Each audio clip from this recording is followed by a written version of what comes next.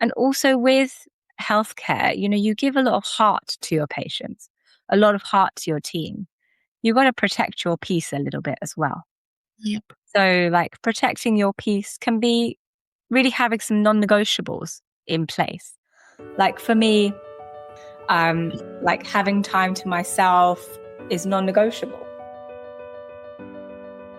Hey sis, draw closer. Have you ever found yourself wondering when your status will finally change? While building your career, have you felt that quiet pull, longing how to become whole spiritually, emotionally, and financially free, but simply don't know how? I'm glad you're here. I'm Catherine, 40 and still single, and I know exactly what that feels like. I realized I was so focused on when my next season will unfold, and I was missing what God wanted to do in my present. I love the idea of financial freedom, but the truth is, I wasn't taking action for real change. When I decided to invest in myself, everything changed. I discovered the secret was in a system that could help me to build passive income in the long run. When you shift your mindset, everything else begins to align. And that's what this podcast is about. Helping you to prepare for the future you desire. Because sis, the harvest God has in store for you tomorrow lies in the seeds you sow today. So go grab yourself your favorite drink and let's journey with purpose together. It's really beautiful to be able to have you join us today. Today I've got Pooja with me. And sisters, it is the very first time. Well, I did an interview not a long time ago with another sister. But today's interview is slightly different from that interview, and it's the first time I'm having this kind of conversation with anybody else. But I came across Pooja. We are connected on LinkedIn, and I really loved her heart. I loved her mindset, and I loved to see the things that she is doing. So I thought she's got so much that she could share with us and so much that we can learn. So it's such a privilege to be able to have her on the show today. And yeah, I've got lots of questions for her, and I'm sure we can really learn and take value from the things that she is going to be sharing with us today. So without wasting time, because I really want to hear her heart and hear what she's got to share, I'm going to invite her to introduce herself so that we can know obviously her background and learn from where she is coming from. So Pooja, really privileged to have you on the show. Thank you so much for saying yes to this invitation. I'm really honored that you said yes to today's call. So introduce yourself and tell us a bit about yourself. Thank you so much for having me, Catherine. It's such a pleasure to be on and talking with you today. So my name's Pooja. I have had a career in radiotherapy in the UK for about 15 years and all around London and Buckinghamshire. And then my daughter was born, and then my son, who's 1.5. And then I decided to hang up my radiotherapy hat. And in the middle of the night, basically, I was walking backwards and forwards with him. He just wouldn't sleep. And this idea came to me that how great would it be if I built an app or built something that could just hold me during those moments. And so that's how Naani was born. So that Naani is a postpartum support app built for mums within that first year, not to fix anything, but just to kind of hold her and say, you know what? You're doing a great job here. It's going to be all right, even if it feels challenging right now. And I really found with my son that I thought I should know how to do everything because I'd already done it once with my daughter. And I was too proud to kind of say that. So I thought, it would be great if I could just do something that would really help mums worldwide, really. So that's how the idea was born. But prior to this, I was a radiotherapist, and I had done that for, as I said, 15 years. For a long, long time, Catherine, that was my identity. It's very embarrassing to admit, but I did talk about radiotherapy on my first date with my husband because I just love it so much. And I loved it then, and I still love it, and it will always be a part of me. But I got to a point where I thought, as much as I love this job, I need to make a decision at this point. like, what do I really want from life here? Yeah. So that was kind of the turning point for me with my son, thinking, does my career still serve me in the Mm-hmm. way that I want it to? Yeah. So that's kind of my story, a little bit about my story anyway.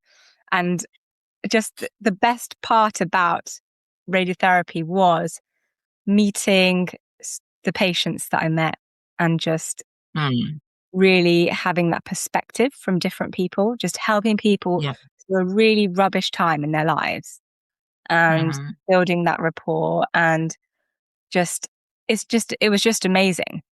The people that I spoke to and the things that you can learn from different people if you just take the time Yeah. to kind of be present Mm-hmm. was just amazing. And I will Yeah. forever hold on to that, because life is really precious and you Yeah. have to cherish the moments that you can. Yeah. Absolutely. I really love what you've just shared. And it's really amazing to see how, obviously, because our life, it's a journey and we don't always, it's hard to know how certain things will shape your life and then give Mm. you a new direction. And then obviously you went through maternity, you saw some of the challenges that you were facing. And all of a sudden you're like, oh, I could create something that could help somebody. But you have always, like, even with your career, you've been helping people. So your passion and the desire to help people is still there. You've just found a different way to channel that. And you're still bringing along, obviously, your passion that you had in radiotherapy and the hearts that you had for people. And you've just channel it into a different area. And it's absolutely amazing.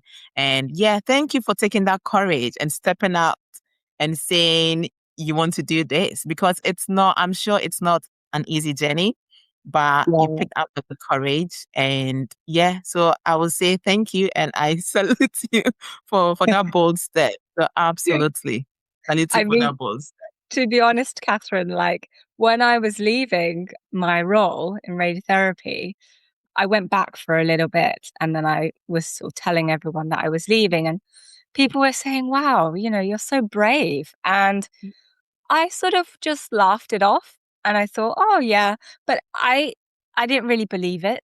I kind of just thought, well, I have this idea. It's like one of those ideas that you just compelled to do. It's like something that just does Mm, not silence itself. It just yeah. keeps coming up. You keep thinking about it. It's like I was Hmm. driven to do it. So when people were telling me that I was brave, I kind of just thought, well, am I brave or am I slightly deluded by doing this? So it was kind of like one of those moments that I just thought, Hmm. well, I think I'm brave. I still have days where I don't feel that brave, but I just do it Yeah. anyway. And I think that's the Yeah. thing, isn't it? Absolutely. Yeah. Uh-huh. Yeah. And I had this saying that it will never leave me. And it is, do it afraid, because very often, especially because when you want to do something different in your life, when you want change, it takes a step outside your comfort zone, because it's something that you're not used to. It's something that maybe a lot of people are not doing around you. So you may not have a lot of examples, but and you as you're saying, it was something that you had that it wasn't living you.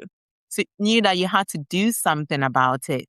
And the fear part is there because it's normal. We're human and we just like to do what feels comfortable. But then, it has to be done and you just step out. So, absolutely. And I think this just leads me to one of the first questions I actually had for you is, what do you think are some of the biggest challenges women in healthcare face? You've kind of like mentioned some, like with your own experience, but yeah, what do you think are some of the challenges that women face in healthcare? Firstly, I think that healthcare in general attracts a certain type of woman to it. Generally, and this is just from my experience. I can't speak for everybody, but I think that, if you're in healthcare, generally you're a very caring person and you put a lot of heart into your job. It means a lot to you to take care of people. And when they're Mm-hmm. sick, when they're vulnerable, like that means a lot. A lot of people don't go into healthcare because of the pay, but generally, it is just, taking care of people. And I think Mm-hmm. when you are a mother or even when you're a carer for someone, it's that invisible labor that, you are at home, you're doing the bits around the house or whatever needs to be done before going to work. Then you're Yeah. at work giving your heart to your patients, your team. And then thereafter, you're coming home trying to be present with your partner or Mhm. doing the bits that need to be done, socializing, going out. Like that all takes energy as well. So I think that is one of the major challenges that women in healthcare face, that you are, especially for mothers as well, it's like Mhm.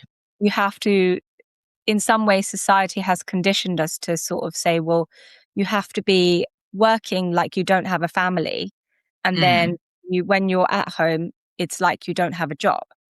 Mm. So it's like that. And the bar just historically has been set so high that no wonder people feel, you know, out of sorts. No wonder people feel stressed, overwhelmed. And that's just the nature of it. Like we can't do it all. We never were able to. We Mhm. need to give ourselves that grace that look, you're only one person with two hands. You Yep. can only do so much. No, absolutely. And that's absolutely true. Like, yeah, like we sometimes think we are we've got some extra superpowers, but we don't. We are just humans that we run out of energy and we need to recharge. And very often, women, you've got commitments at home, as you're saying, come back home to your partner, to your kids, and you still have to do what needs to be done in the house as well, on top of the extra load that sometimes you come back from work and there's still things on your mind just because of what the day has, what you have gone through over the day. So what would you say would have been one of the toughest seasons in your life as a healthcare worker, as a healthcare professional? So I would say that when when I was pregnant with my son and I was working, I underestimated like how tough that would feel, because I was not sleeping very well because I was pregnant, Mhm. and then I was going to work and coming back. A lot of my colleagues, my manager, was amazing at the time. I was very lucky to have the support that I had around me. But even despite that, I found it personally very challenging, because the nature of like the many hours that I was there, I was Mhm. then, working and then going home, like taking care of my daughter as well. And so that personally felt like a challenge, because I didn't really feel like I had rest as such. Mhm. Like my team and my manager was just, they were amazing. They put so many measures in place for me that I will always appreciate. But it was just personal for me, that I felt that, I wish I had something that was like, I love radiotherapy, but at that time I knew that it kind of didn't serve me. At Mhm. that point, it just physically and emotionally just felt really tiring. Yeah. Oh God. Well, I'm glad you found a way out. But then, yeah, as you're saying, the support, and it's always good to really appreciate those that put measures in place for us. And yeah, we don't take it for granted because you don't always get it in every No, workplace. you So don't. yeah, I'm really glad that you found the support, but then Yeah. obviously, yeah, you find other means as well around that. So would you say that burnt out affects women in healthcare in a different way? And if it's so, how can we mitigate this? Yeah, I think there is a lot around the culture and the naming of burnout, Mm. whether that is within the workplace or within society or generally just amongst women. Because we are so adept at multitasking, at doing so much, and sometimes making it seem like it's effortless, Mm. that then doesn't give the real picture to a lot of people that, Yeah.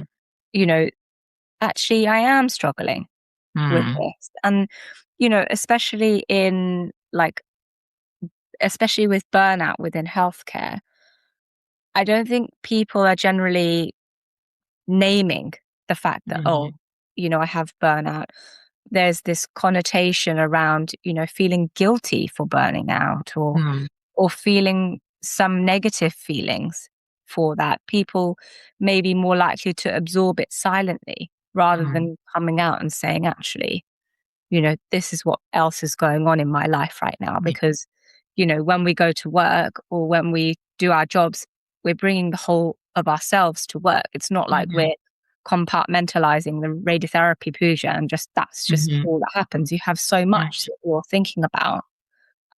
So, I think that's probably one of the things. And I think that as society, we are getting better now at naming Mm-hmm. it. Yeah. There is more in the mainstream about this topic, but there needs to be more tools available before it gets to that point, you know? Um, Mm-hmm. and that's kind of where my vision for Naani would be that, Yeah. on the way before a mother goes into the workplace, returns Mm-hmm. back, there would be kind of tools in place for her. She'd have sort of little tools in her toolkit to help her feel better. It's that accumulation of that low level stress throughout the day Yeah. that if it snowballs and snowballs, then that can then make you feel really rotten.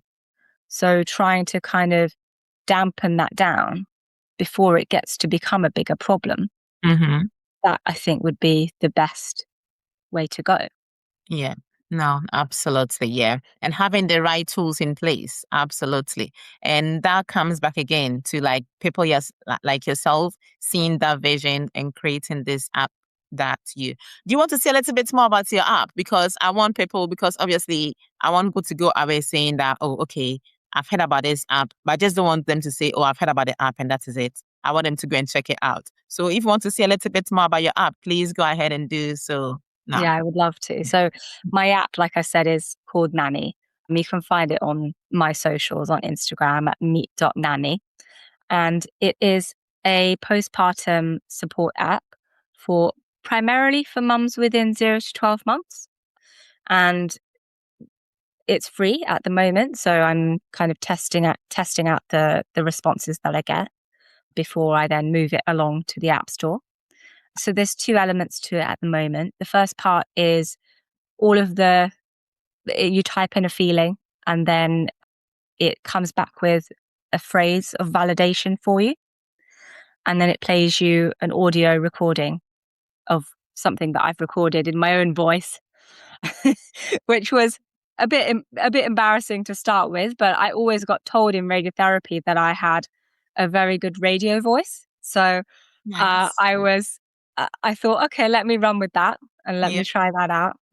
And then there's a feedback loop at the end to say, do you feel better from this or do you need something else? So Wow. that's where it's at the moment. And then the next part of it is kind of exploratory questions that who am I now that I've become a mother? How do I feel?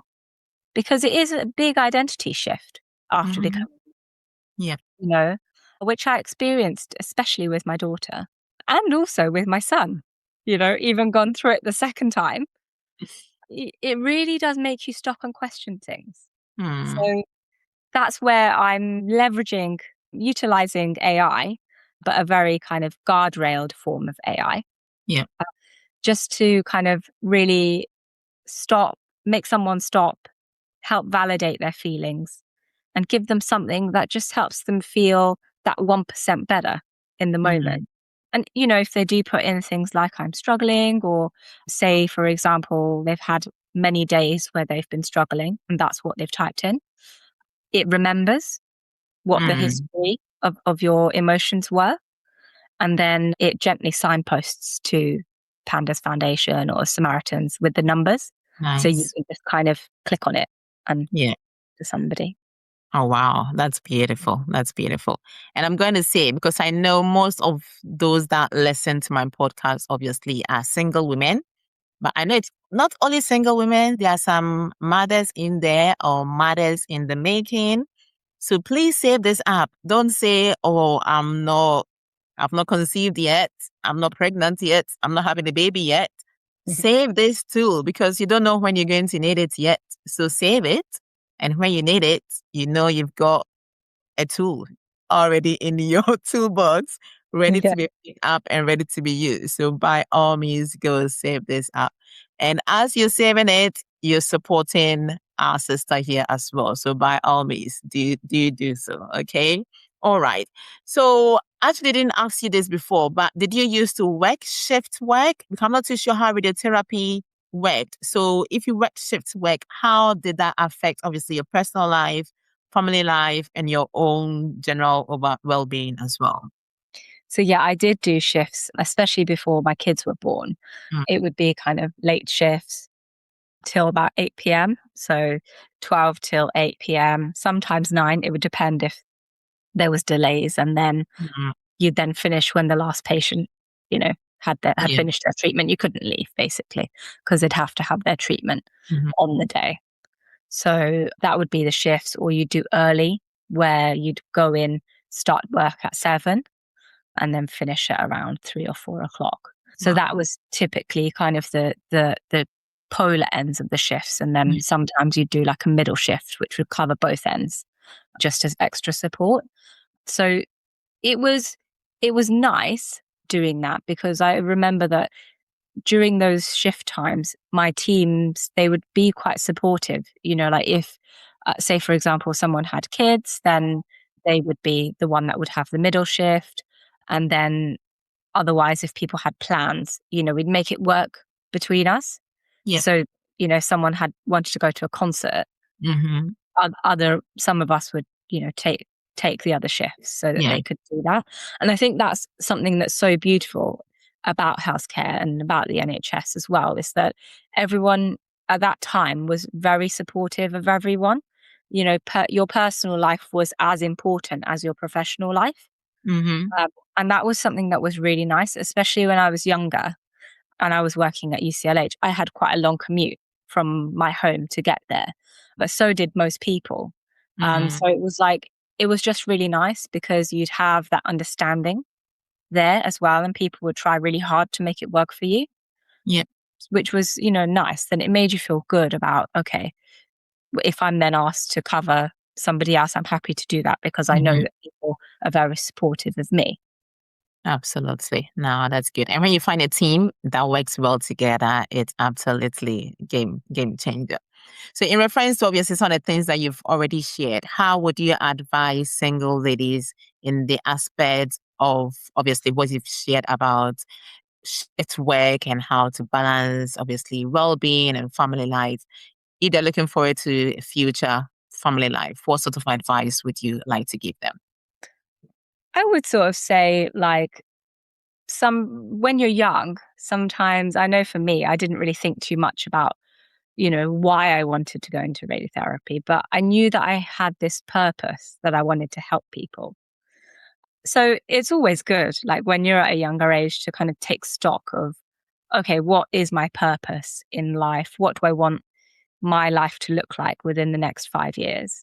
And just see, like, is what I'm doing right now fitting with what I think I want? Mm-hmm. And really kind of digging deep and writing those brainstorms, doing a journal, creating a vision board, all of those things that you can do. And also with healthcare, you give a lot of heart to your patients, a lot of heart to your team. You've got to protect your peace a little bit as well. Yep. So, like, protecting your peace can be really having some non negotiables in place. Like, for me, my non negotiables at the moment are very important, especially as I'm a mum now, but are even more important, I would say. Like, my coffee is non negotiable, my workouts are non negotiable, like having time to myself is non negotiable, you Uh-huh. know? And I Yeah. make that happen no matter what. And so it would be the same that, yes, you're doing a really amazing job. You're helping so Yeah. many people. But at the same time, what are you doing to nourish your own soul? Yeah. And so that's really it that I would say is the most important thing. You've got this one life. How do you want to live it, really? Yeah. Ah, I love that. Have those non-negotiables. Like Yeah. as simple as your coffee. Like it is such an important part of yourself. So yeah. And I like what you said about writing things down. Like one of my previous podcasts, I was emphasizing on the fact of the need of writing things down. Because very often we have all these ideas roaming in our head and you don't write them down, because I've been there before. I've had ideas and then time went past and I never did any of those. And then it comes back to me and I'm like, oh, I thought of this like 2 or 3 months ago. So like what happened? And what happened is I never wrote it down. And because I never wrote it down, I had nothing to be running with. So sisters, I really hope that you're listening to this. It's not coming from me. I didn't tell Pooja that I emphasize on writing things. So thank you so much for going in that direction as well. That's absolutely brilliant. And yes, have your non-negotiables. Yeah. I also thought of something else as well, that I truly believe that your brain is the product of what you show it. So like for me, having this leap from healthcare into founding Naani, that was a big step for me. So I then kind of utilized books like The Secret, The Source by Dr. Tara Swart, all of these books about manifestation and inspired action. I kind of just had them on repeat on my audio on Audible and just had it kind of in my ears. That if I was doing something like the washing up or thing, I would have read those books before many times, but it's kind of like just continuing to filter that message into me. Like, look, Pooja, you can do whatever you want to do. Yeah. It's not going to be perfect. It's going to be messy, but you're going to move the needle 1% every day and you're going to do it. And so like just trying to get yourself into that mindset of actually, I can make anything happen in my life. I am the driver. I'm in the driver's seat of my own life. I'm not letting life take control of me, of my emotions, anything like that, So that really, really helped. Yeah, absolutely. Yep, exactly. What you feed yourself with, what you listen to shapes everything. Yeah. I hope you have enjoyed the first part of this conversation I had with Pooja. Our chat had some thought-provoking insights as we talked about some of those challenges that face healthcare professionals, especially we women, the nature of the burnt out that we face, and some of the things that shape our identity as women. Pooja had so much to share, and this is just the first part. Next week, I will be sharing the second part of this conversation. So, allow this part to sink in for a moment and consider some of the areas you might need to take action in.